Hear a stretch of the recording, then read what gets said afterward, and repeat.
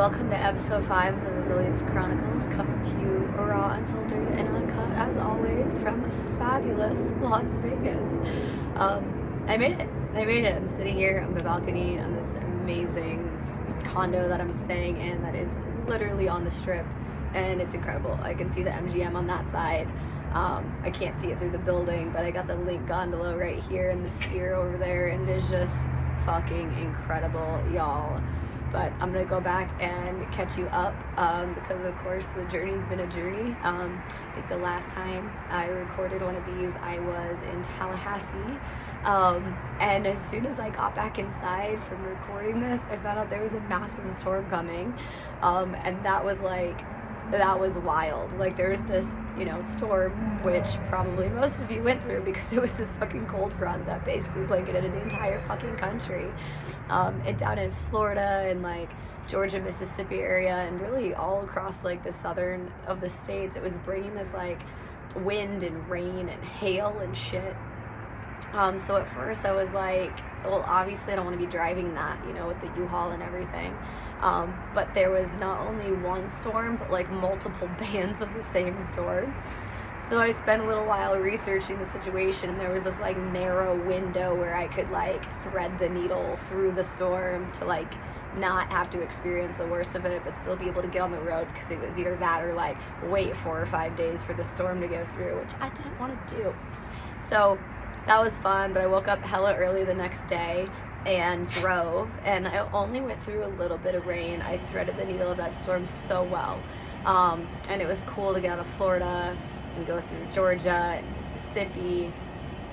I can't remember where I stayed that first night, just like at a rest stop somewhere. I'd set up my Jeep to be able to sleep in it, and that was totally cool.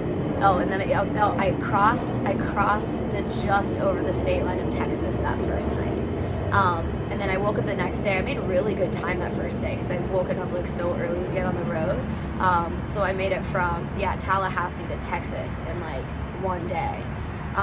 And then I was like, oh cool, so like shit, this is only gonna take me 3 days. I'll be able to make it that far every day. But yeah, no.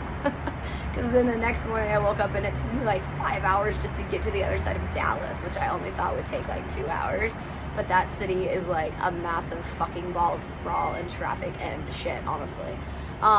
So not like the prettiest drive on that chunk, but as soon as I hit like the middle of Texas, everything from there over was just so awesome and so beautiful. Like, I loved it. I loved the drive. It was just me and the dogs and the U-Haul, sleeping at truck stops or rest stops, and just, I loved it. I made this little cave in my car, and it was so cozy and just so beautiful. I feel like in Florida, we're really starved of aesthetics a lot of the time, and just like beauty. Like, it's really beautiful by the beach and in certain areas, but then it's either really beautiful or like really fucking ugly. Like, in the concrete sprawl that is so much of Florida, like that part just sucks. And then there's like, when you're by the beach or like in the nice areas, then it's really pretty. But also, like, one of the things like that started to get to me about Florida is that like there's no space. Like, everybody's on top of each other. Like, I recognized at one point, I looked it up, and so I came from Wisconsin before Florida, right? And Wisconsin and Florida are actually like exactly the same size, just different shapes. They're like 99% the same size, but there's double the amount of people in Florida. And then obviously we're all concentrated in like the nice and pretty parts, so there's just no fucking space. And that was something I was really looking forward to about getting back out west, is just the space and like the big skylines and the horizon and just the fucking space. And so yeah, like hitting West Texas, it was just so much space, and I love the tumbleweeds and just all the stuff like I hadn't seen in so long, or you wouldn't normally see. And I've driven across the country a few times, but I've never taken that super southern route, so that was cool. But I was basically like having to dodge that storm like almost the whole time. Like, it was like super colder than it was used to being, and I was trying not to like have to sleep in below freezing weather in the car. I mean, I think 2 nights it was like 36 degrees, and we did okay. But if it was any colder than that, like, it probably would have not been okay. I mean, Scarlett has a way thinner coat. Like, Max is cool because he's a Shiba Inu, so he has a double coat, so like he doesn't give a shit about the cold. But Scarlett like does. Like, she's got thin skin and thin blood, so I have to like wrap her up in blankets. And one morning I woke up and she was still shivering. So yeah, didn't want to get much colder than that, right? So then I ended up, instead of going through Albuquerque, where it was going to be like 19 and snowing in Albuquerque, New Mexico, I went down like through Phoenix and then up through Lake Havasu, and that was so beautiful. I mean, the whole fucking thing was beautiful. To get back out to the mountains, like New Mexico is so awesome and so underrated, just fucking beautiful. And then coming up through Lake Havasu was like really cool. Like, that town is awesome. I stopped there like for a minute and like saw the London Bridge. I don't need to look up the story on what the heck is going on there. But just the views, like I came into town like right at sunset, and just like the views through the mountains with the river like peeking through and then coming down into town is just fucking epic, like epic beauty. And I ended up stumbling into an all-you-can-eat Asian buffet. It was like $19 fucking, and it was amazing. Just fucking like oysters and sushi and mussels and fruit, and just it was incredible. So that was a fucking great night. And then I slept at a truck stop like just north of Lake Havasu. I wanted to get to this one, so I went up there. It was like more of a rest stop versus the truck stop, because I like those. Sometimes you can find like darker places. But I get up there and I'm like, just didn't have a very good feeling about it. And then this fucking like woman drives by, like she's like in this SUV that's got like kind of like graffiti writing all over it. Like, I couldn't even really tell what it was saying, but it was like, I don't know, like conspiracy or alien stuff. And then she's like creeping by and like filming me and my car, and I'm just like, yeah, that is a clear sign to like not sleep here for the night. So I turned around and went back to a truck stop that was down the road, and then that was totally the right move, because I got out of the car and the moon was like rising above the mountains, but like I drove up there when it was dark, so it's like I knew there was mountains, but like I didn't know exactly where, so it looked like the moon was on the ground and you could just like reach out and grab it. Like, it was so fucking cool. And then when I woke up in the morning, I like saw the mountains, so like made sense that like that would be happening, but like it didn't make any sense when I first saw it. It was just fucking epic. It's like, I think that's the moon because it can't be anything else, but like it doesn't even make sense where it is. So yeah, that was super awesome. And then yeah, I rolled into Vegas the next day. So it was an awesome drive. I was like low-key sad to not be driving anymore. Like, I felt so safe and comfortable on the road in my car cave, and just, I think one of the things like I love most is just waking up in like basically camping and waking up in beautiful places with just these mountain views, and it's just like the first thing you open your eyes to, and it's just, I miss that, man. I miss that a lot. So that was really awesome. And then yeah, the car just fucking going strong. I went through Roswell, New Mexico, and I stopped at a gas station, and the car like wouldn't start right away, like after I got gas, and it was just like twice it kind of like didn't go all the way, and I was like, what is happening? And then it was fine on the third try, and that never happened again. So there was just one tiny little moment that it had. But yeah, like the drive across was fucking lovely. It was wonderful. And then like rolling into town, what did I get here on a Monday, on this last Monday, and there's a lot of emotions like coming in, like the drive, like the last hour or so, like so many different things, and most of them like not pleasant, like waves of anxiety, and then just fear, and then trepidation, and then just these like, I don't know, these like subtle emotions that I don't even necessarily have the word for, but you know, just let it all like roll through. And yeah, and then I like came in, and then I had totally forgot that Vegas is surrounded by mountains. Like, you think of it as the middle of the desert, but like it's not. It's a mountain valley. It's like desert mountain valley, but like it's not super barren, gnarly desert like I think a lot of us think it is sometimes.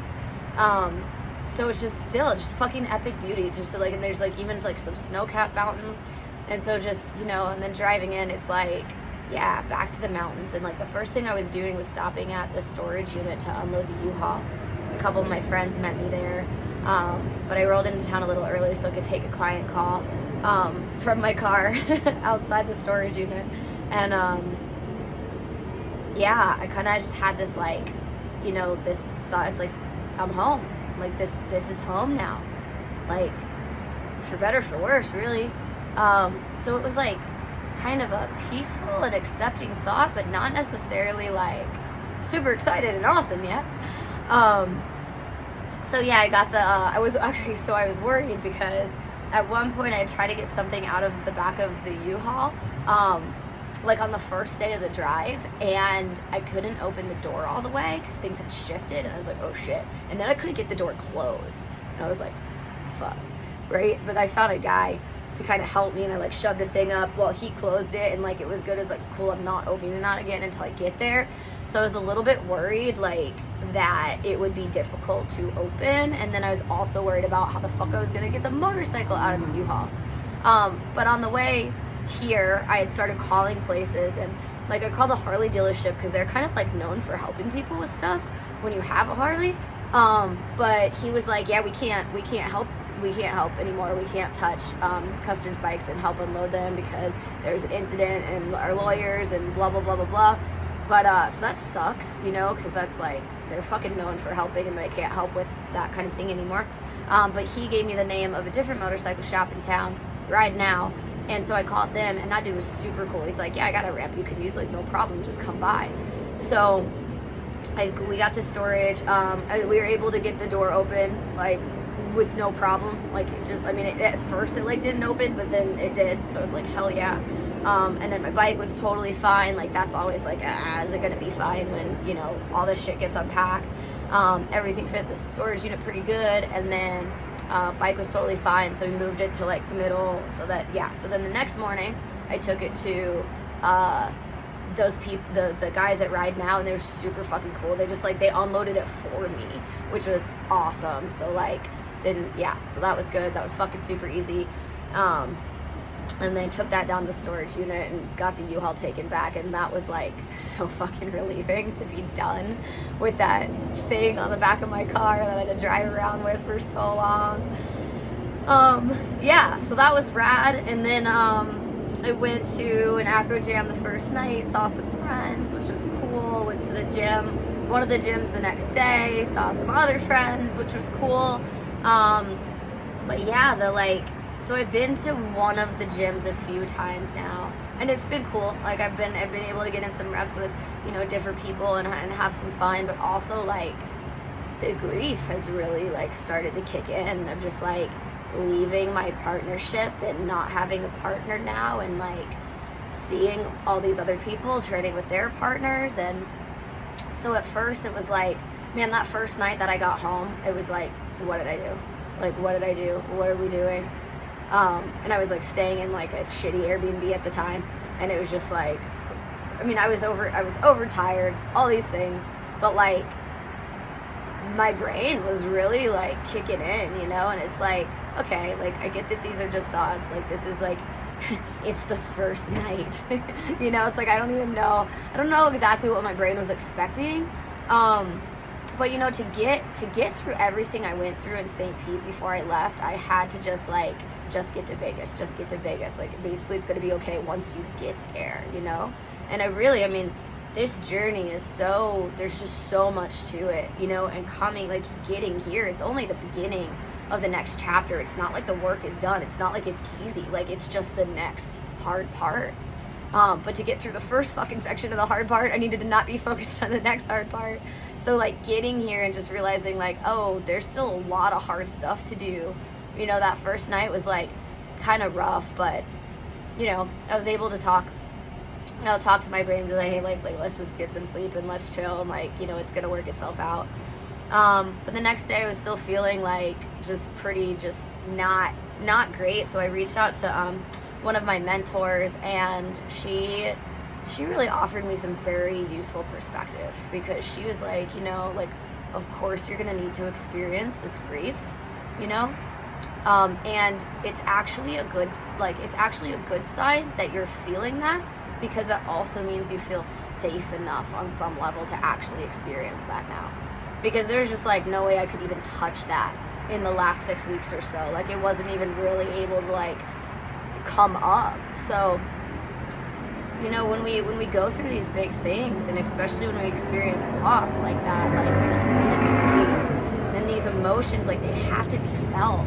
And it's like, you know, even coaches need coaches, right? It's like, I know this, but when you're experiencing it yourself, it can be different. So I recognize like what was going on with me at that time. It's like I didn't want, it's like I just wanted to get here and have things be good, right? But like that's just not the reality. That's not the reality of life and the human experience.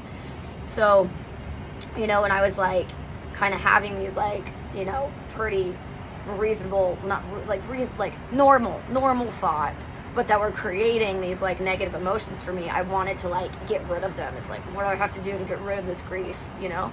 When it's like, you know, how like it's the paradox where when we actually feel it and actually just let it be there and let it come up, let it move through, like it moves through. Like one of the things I always tell my clients is like the word emotion means energy in motion. Like we are meant to experience these things and have them move, but so often, like because we are not taught to experience like the entirety of the human emotional scale, like as kids in our society, we're basically told like be happy all the time, and if you're sad it's a problem, and it's really not a problem. It's the richness of being alive with the human experience. We're supposed to experience them all. And when we go through these hard things, like yeah, like it doesn't feel good. It's maybe not what we want to be happening, but like it is just part of it. And the more we resist it, the worse it gets. And so that's like one thing about this experience that I'm going through right now, that I can say like I feel like I'm actually doing it right for the first time, honestly. And like I'm experiencing this like this grief for me is very much like two parts. There's like the romantic relationship or like partnership aspect, but then there's the acro partnership aspect. And these are like two very big and important types of relationships. And I like to say, honestly, like I can deal without like the romantic part. Like that's like the least, honestly, for me, it's the least important one. But the acro partnership is just so much more meaningful and important to me. But they're both there. And so, but the one that's really been hitting me since actually, you know, being here and seeing other people and their partnerships, it is that one, you know. And it's the brain that just always wants to be like, you know, like, but what if, you know. And it's like, but those aren't real timelines. It's not reality, you know. And I made this choice because it was the right choice for me. And no matter like how many good things were there, the things that don't align with my soul, like they can't be ignored. Like they can't be ignored. And like I like, acro takes many levels of trust, and it's like I just don't know how I could ignore one huge aspect of trust. It's just, it all goes together. So anyway, it's fucking hard, but it's the right thing. Like be like really like honest, like this was the first time in my life that I didn't get on dating apps after the romantic relationship ended. And like I really fucking love that for myself, because it was like I just didn't need to, and I didn't like want to. And it was because every other time it was like, oh, what can I do to just make myself feel better? Like, let me just distract myself. Let me just show myself that there's other people out there and it's going to be okay, right? But it's this numbing, distracting, coping thing of like, let me not have to feel the entirety of this pain. And this time I just decided to feel the fucking pain so that I could actually let it come up and move through and heal it, and then make space so there could be something real on the other side, instead of just moving from dysfunctional to dysfunctional. Now, to be fair, like, to myself, I did not do that, like, no, okay. When my last relationship ended, when I left Wisconsin and moved to Florida, I did get back on dating apps right away. I didn't get back into a relationship right away, but I was, using that as a, I mean, for lack of a better term, it's kind of like a drug. Like it's a you know, that dopamine hit or whatever. It'll just make yourself feel better and distract yourself. But yeah, I didn't do that this time. And like, I had a fleeting thought about it once, like when I went up to the holidays route, like to Wisconsin for the holidays, I was like, oh, maybe I should just use around. And it's like, no, like that's not gonna, like, no, I'm not gonna distract myself. I'm gonna focus on myself. I mean, I'm just very focused on the work that's actually gonna get me to where I want to be in my life, which is the external and external work that's gonna move me towards my goals, and that is just not it. So it's kind of the same thing I recognize with like this grief that's coming up from my agro partnership, like leaving that and not having a partner right now. Like, I think at first my brain wanted to make that a problem, but I had to write, like, I am in this for the long run, and trying to just fill that void with somebody else right away, like that, it's just that dopamine distraction shit. It's not, I have to feel these emotions, let them move through me, like get through that grief to be able to make the space to have anything real and good, honestly, on the other side. So that's the work that I'm doing right now on that. And I'm not gonna lie, like it's challenging, you know. And I go to the gym, and like there's definitely some good moments when I'm actually like doing stuff and having fun, and like we did this really cool group thing today and like did some other like fun and cool things. But those moments where I'm just kind of sitting there on my own watching other people train, that's when the grief hits, and that's when the emotions come up. And yeah, I'm letting them come, and I'm feeling them without going down rabbit holes to make them worse, and also without having to change it right away, without having to react to it. So yeah, there's definitely like okay, so let me go back to what else was I gonna say? Oh, okay, here's another fun story. Actually, I'm not even gonna go there yet. There's yesterday was really fucking stressful. Okay, maybe I will. This is a fun story because, so yesterday, so to work in the bars and casinos here, you have to have a work card, which is this Nevada, or I think it's just a Vegas thing. You have to go to you have to go to the sheriff's office and get like fingerprinted and do a background check. So I go there, and you know, I have all the paperwork or whatever, and then she's like, I had a question for you. Did you know that you have an open warrant in Nevada? And I was like, no, like I haven't been here in forever. What's going on? And she's like, yeah, it's from Incline Village. And I'm like, I haven't been to Incline Village since I was like 19 years old. And she's like, yeah, it's not really telling me what's going on. It's like, I have some vague recollection of getting arrested for being drunk underage when I was 19. But I had I thought they just took us to the drunk tank. I had no idea that we actually got arrested, or that would be a warrant. So that was a pretty big fucking shock. So she comes back, and then she's like, yeah, they're not going to take you today or anything, but like you have to get this resolved before we can give you this card. And I'm just like, you got to be fucking kidding me. Like, next fucking snag in the process, right? So I call and then the woman's like, I'm like, dude, this is literally from 19 years ago. Like, this is from 20 years ago. Like, what, you know, like, can we resolve this? And she's like, you're gonna have to talk to the judge so you can come in on Tuesday morning. I'm like, dude, I don't live there. I'm in Vegas. Like, that was like 5-6 hours away. I don't even know. She's like, well, you can appear virtually. Like, here's where you can register. And I'm like, are you serious? You know? She's like, yeah, the judge is the only one that could do anything about this. So I'm just like, you gotta be fucking kidding me. 20-year-old fucking bullshit. But I made some more phone calls. I kind of like, through a very long series of events, I like called back and I'm like, listen, like, can you give me a public defender? Because I'm kind of like worried about the situation, and it's like, you know, never know what kind of judge you're gonna get, what the deal's gonna be. And she's like, oh, actually my supervisor just messaged, and like, you can just pay this fine, and like, that'll probably be good enough. So it was like a $200 fine I had to pay for being drunk underage 20 years ago. And yeah, it was fucking silly, but it was fucking stressful. Like, it was honestly quite stressful. And then it was like, they like, this is all happening in like the afternoon. It's like hours of 14 different phone calls and all this shit. And then it's like 3 o'clock and she's like, oh, well, we close at 4 and then we're not open on Friday. So if I don't hear back by this time, like, oh my gosh, it was crazy. So I ended up getting it paused like at the last minute, and then I went in today and I was able to get those cards, so like, cool.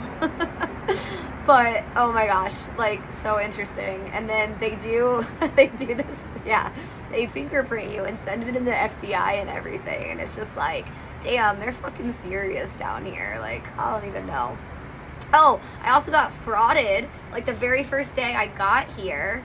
I was in the gym training, and then I get in the car and it's like, did you make this charge? And I was like, for $49 at Caesar's Palace? And I was like, no. And then I look at my bank account and someone had charged 14 times $49 at Caesar's Palace. And I had my fucking card in my car. So it's like they had to have like done the scan at the gas station thing and saw my info. So I called my bank to like deal with that, but it was just like, welcome to fucking Vegas, dude. Like, get $700 of fraud charge on my card and then find out I have an open warrant from 20 years ago that I had to deal with. So we're through that now. But like I said, so I had a room to stay in, but as I was on the drive out here, I got some more contacts and then got hooked up with this place that I'm in right now. And at first I didn't really know what to think about it, because the guy didn't like speak, like, he was definitely not from America, so like sometimes there's like a little bit of a communication barrier, but it just like, it was a really good deal, and it like looked really nice, and there was a sauna, so I'm like, okay, I think I'm gonna take this spot, you know. But I was like slightly sketched out because it's a dude I'd never met before, and just like with some experiences I've had lately, you know, I was like, okay, well, let's go see how this is. But I got here, and this kid I'm staying with is the most loveliest French dancer. So sweet, so helpful, so kind, so amazing. This place is super nice. It's like this luxury condo, literally on the strip, like I told you at the beginning of this, like, just all the lights around me.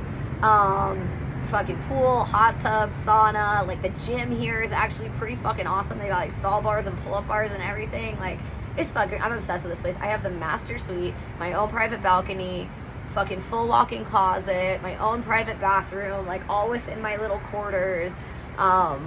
It's just beautiful. You get granite countertops, like it's just I literally couldn't think of anything better. And like the Sphere is in my backyard.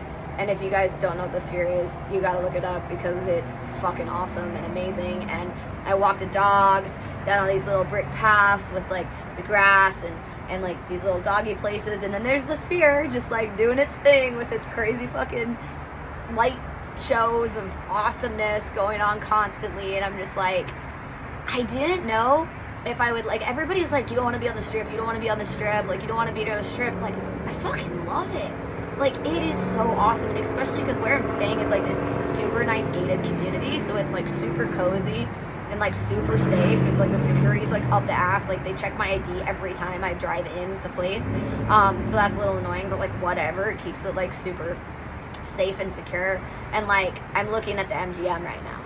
Like, I love the energy. I love it. Like, it's like I'm in it without having to be like in it. Like, I haven't even been down to like walk around the strip yet. I mean, I'm literally walking distance, but like, just to see all the lights. And like, I walk in my front door and there's the little like gondola roller coaster Ferris wheel thing.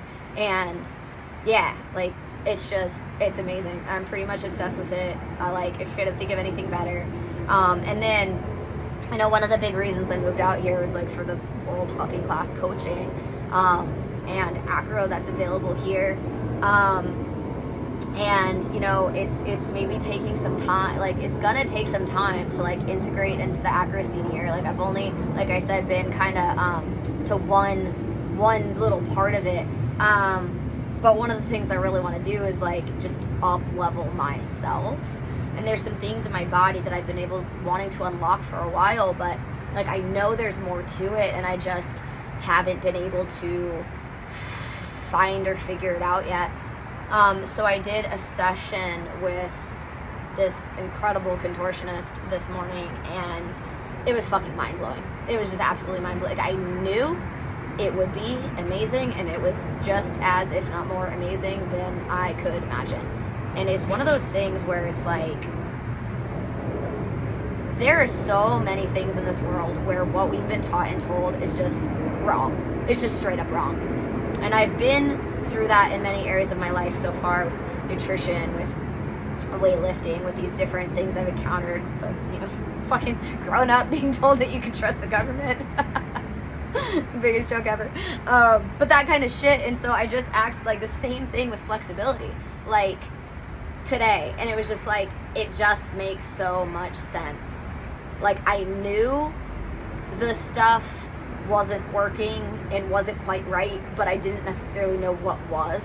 And to have her just say it and show it and explain it so fucking simply and so obviously, and like this is coming from one of the fucking best in the world, like she's not wrong.